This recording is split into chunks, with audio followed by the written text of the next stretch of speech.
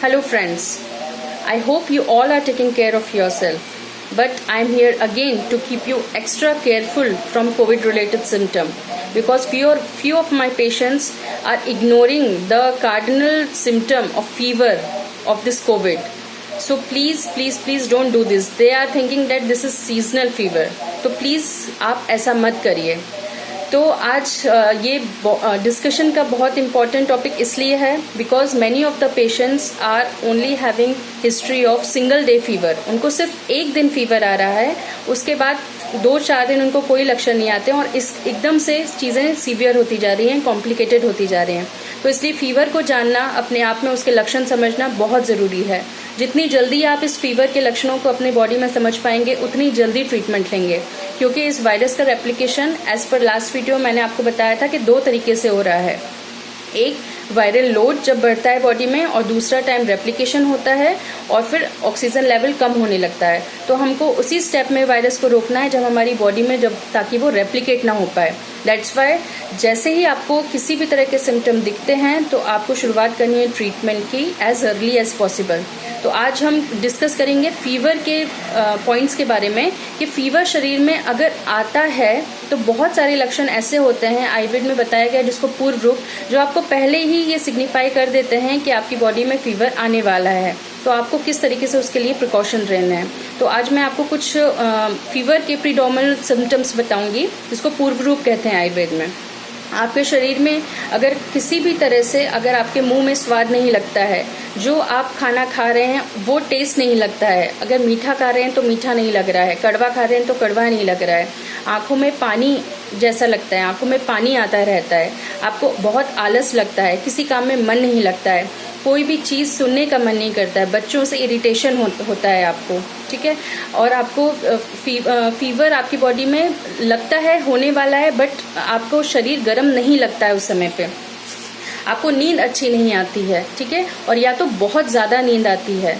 और साथ ही में अगर कुछ भी कानों में आवाज़ सुनाई देती है किसी तरह की, अगर आपको बॉडी में लगता है कि आपको मीठे स्वाद से, मीठे टेस्ट से चीज़ से आपको पसंद नहीं आ रहा है और आपको दूसरा टेस्ट, नमकीन या ऐसा कोई टेस्ट खाने की इच्छा हो रही है, तो ऐसे कुछ बहुत सारे सिम्टम्स हैं. जैसे यॉर्निंग बहुत आ रही है, तो ये सारे सिम्टम सिग्निफाई करते हैं आपकी डाइजेशन अगर प्रॉपर नहीं है, ठीक है, अगर आपका मन नहीं कर रहा है खाने का और डाइजेशन वो पच अच्छे से नहीं पा रहा है. These all symptom signifies that कि आपको फीवर आने वाला है, तो आपको एक्स्ट्रा केयरफुल रहना है. फीवर के बहुत सारे, जिसको ज्वर कहते हैं आयुर्वेद में, फीवर के बहुत सारे टाइप्स बताए गए हैं, जिसमें आज जितने भी सिम्टम्स आप देख रहे हैं, जैसे कि खांसी आना है, सांस लगना है, वॉमिटिंग है, आंखों में इरिटेशन है, गले में खसखसाहट है, तो ऐसे ये सारे सिम्टम्स जो हैं वो ज्वर के सारे अलग अलग किसी ना किसी प्रकार में बताए गए हैं. जो फीवर के डिफरेंट टाइप्स बताए गए हैं आयुर्वेद में, वात, पित्त, कफ और द्वंद्वज, जो दोनों कंबाइन करके जो होते हैं, तो ऐसे अलग अलग सिम्टम्स आयुर्वेद में बहुत सारे बताए गए हैं, जिसमें इवन हार्ट में किसी भी तरह का पेन होना, मतलब हार्ट रीजन में, चेस्ट रीजन में किसी तरह का पेन होना, ये तक सिम्टम उसमें आया है. वॉमिटिंग, सांस थोड़े लेने में तकलीफ होना, खांसी आना, सर्दी आना, तो ये सारे सिम्टम्स ज्वर के ही किसी ना किसी, फीवर के ही किसी ना किसी टाइप में बताए गए हैं. इसलिए आपको इसके ऊपर बहुत एक्स्ट्रा केयरफुल रहना है कि अगर आपकी बॉडी में ऐसे कोई भी सिम्टम है तो एज सून एज पॉसिबल आपको ट्रीटमेंट स्टार्ट करनी है. आप अपने डॉक्टर से कंसल्ट करिए और तुरंत अपनी ट्रीटमेंट स्टार्ट करिए. दूसरी चीज़ ये है, क्योंकि फीवर में, क्योंकि सिंगल डे के बाद कॉम्प्लिकेशन आ रहे हैं, तो इसलिए आपको इस वायरस को रेप्लिकेट होने से रोकना है. That's why please start your treatment. And second thing, आहार बहुत इंपॉर्टेंट है, जो मैंने लास्ट वीडियो में आपसे डिस्कस किया है कि किस तरह का आपको आहार लेना चाहिए whenever you are having any kind of symptom in your body. तो प्लीज़ आप हल्का खाना लीजिए, जैसे मैंने लास्ट वीडियो में बताया, ताकि वायरस का रेप्लिकेशन होने से रुक जाए, वायरल लोड बॉडी में रुक जाएगा. वायरल लोड अगर नहीं हो पाएगा तो इन्फेक्शन कुछ हद तक आपकी बॉडी में रुक सकता है. तो इसलिए खाने पे विशेष ध्यान दीजिए, और जब आपको भूख लगे या जब आपका पहला खाना पच जाए तभी आप खाना खाइए.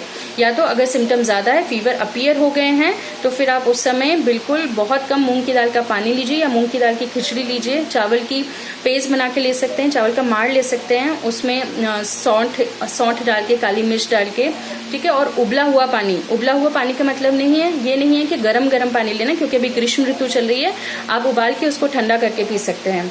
आयुर्वेद में दिनचर्या और ऋतुचर्या का बहुत बहुत इंपॉर्टेंस है, तो काइंडली प्लीज फॉलो दिस। दिनचर्या इन शॉर्ट मैं आपको बता दूं कि दिनचर्या आयुर्वेद में जो बताई गई है उसमें बताया गया है सुबह जल्दी उठना है, उसके बाद आपको फ्रेश होने के बाद मंजन करना है। मंजन में मैंने आपको लास्ट टाइम बताया था कि please avoid sweet taste toothpaste, okay.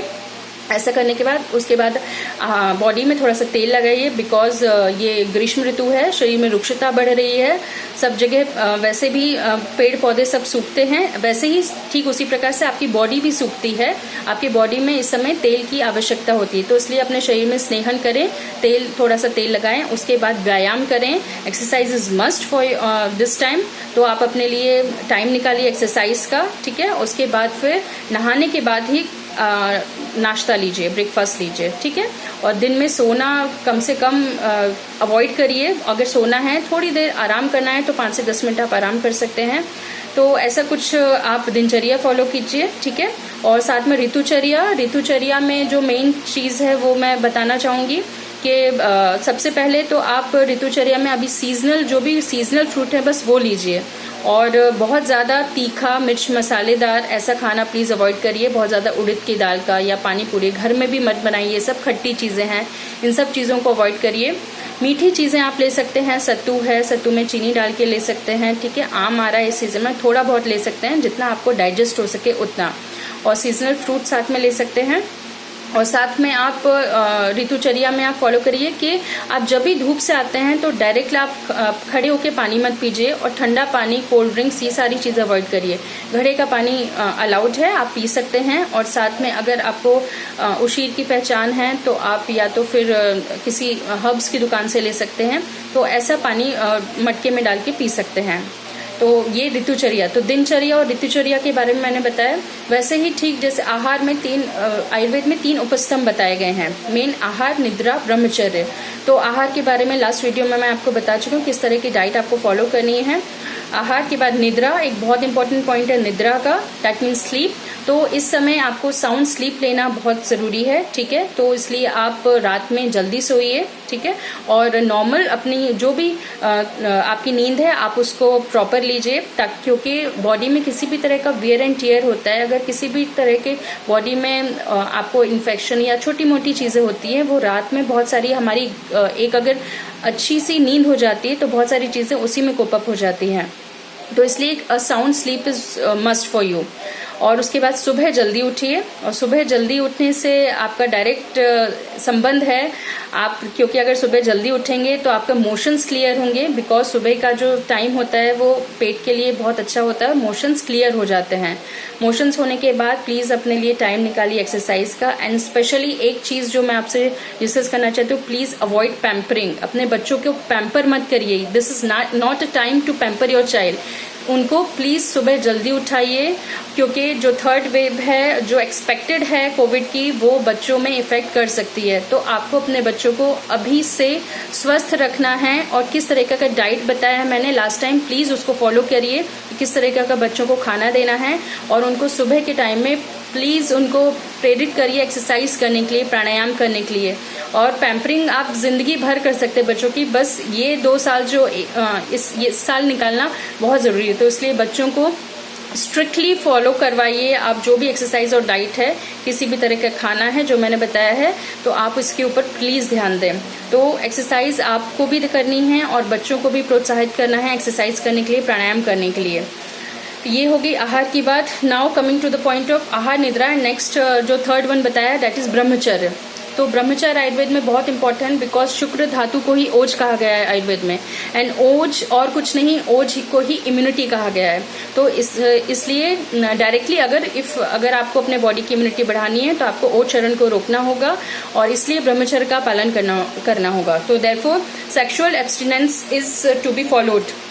और वैसे भी ग्रीष्म ऋतुचर्या में इसको वैसे भी बहुत अच्छा नहीं बताया गया है, so this has to be followed, तो ताकि आपकी बॉडी थोड़ी सी इम्यून बनी रहे। साथ में ये इन सब चीज़ों के बाद अब मैं आपको डिस्कस करना चाहूँगी एक बहुत इंपॉर्टेंट पॉइंट कि अगर किसी भी पॉइंट पे अगर आपको ऐसा लगता है कि आप ठीक हो गए हैं, ठीक है, आपके बॉडी में अब कोविड जैसे सिम्टम नहीं है, आपकी रिपोर्ट्स निगेटिव आ गए हैं, but still the battle is going on, क्योंकि उसके बाद भी आपकी बॉडी अंदर फाइट कर रही है। बिकॉज आपने सुना होगा कि कई लोगों को फीवर आने के बाद, ठीक होने के बाद, कोविड निगेटिव होने के बाद भी घर पे आने के बाद ब्रेन स्ट्रोक या हार्ट अटैक जैसे बहुत सारे सिम्टम्स दिख रहे हैं, जिसकी वजह से डेथ तक हो रही है। तो प्लीज आपके सिम्टम्स खत्म होने के बाद भी आप चीजों को इजिली मत लीजिए। आप आयुर्वेदिक अपनी मेडिसिन कुछ ना कुछ अपने डॉक्टर से, अच्छे आयुर्वेदिक से कंसल्ट करके मेडिसिन शुरू रखिए, ताकि बाद के कॉम्प्लिकेशन से बच सके। आज की डेट में एक बहुत फंगल इन्फेक्शन जो कि मिल रहा है कोविड पेशेंट जिनको हो चुका है कोविड, तो ये फेटल फंगल इन्फेक्शन है, तो जिसके लिए अभी बहुत कम पेशेंट्स में देखने के लिए मिला है। बट इसलिए आपको इन सब चीज़ों के बारे में जानकारी होनी चाहिए। इसलिए कोविड शुरू होने से लेकर आपको बीच में और उसके बाद तक अपनी कुछ आयुर्वेदिक मेडिसिन और कुछ अच्छे इम्यूनिटी बूस्टर्स आपको जरूर लेने हैं। लास्ट वीडियो मैंने आपको कुछ खास मेडिसिन के बारे में बताया था, माधव रसायन, माधव प्लस, माधव वटी। ये विश्ववती आयुर्वेदिक चिकित्सालय की एक बहुत अच्छी मेडिसिन हैं, जो बहुत सारे मैक्सिमम महाराष्ट्र में और अब मैक्सिमम बहुत सारी स्टेट्स में अवेलेबल है, और जिसका बहुत अच्छा रोल है। तो कृपया इन मेडिसिन का आप यूज करिए। साथ में शत प्लस भी एक मेडिसिन है जिसका अच्छा रोल है, आयुष्पात है, आयुष्पात का भी अच्छा रोल है, ठीक है। बट उसको ये क्योंकि ग्रीष्म ऋतु है तो बहुत ज्यादा नहीं लेना है, तो अपने डॉक्टर से संपर्क करते रहें और इन सारे लक्षणों पर ध्यान दें। और इसी के साथ मैं आपको एक चीज और कहूंगी कि प्लीज एंड टाइम तक आप होप मत छोड़िए, क्योंकि आयुर्वेदिक की मेडिसिन कुछ बहुत इतने अच्छे रिजल्ट्स दिखा रही है कि बहुत सारे पेशेंट्स जिनके पास एलोपैथिक मेडिसिन अवेलेबल नहीं है, इवन आईसीयू में भी पेशेंट्स को मेडिसिन देने के बाद दे आर कमिंग आउट। तो ऐसे सीरियस कंडीशन में भी आयुर्वेदिक मेडिसिन बहुत ही चमत्कारिक रूप से फायदा कर रही है। तो प्लीज आप अपनी एडवाइस लीजिए, किसी भी अच्छे आयुर्वेदिक कंसल्टेंट से कंसल्ट करिए। अगर किसी भी तरह के सीरियस सिम्टम आपके शरीर में हैं या आपके रिलेटिव या किसी को भी हैं, तो आप प्लीज किसी आयुर्वेदिक से भी कंसल्ट कर सकते हैं, ताकि अगर मेडिसिन अवेलेबल नहीं है, प्रोटोकॉल अवेलेबल नहीं है, बेड अवेलेबल नहीं है, तो आप उनमें क्या शुरू करवा सकते हैं। तो इन सब चीज़ों पे आप ध्यान दीजिए। और I hope you will like this video. मैंने कोशिश की है कि मैं बहुत सारी चीज़ें आपको इसमें थोड़ी सी क्लियर कर सकूं। तो प्लीज़ अगर आपको अच्छा लगा हो then like my video. Thank you.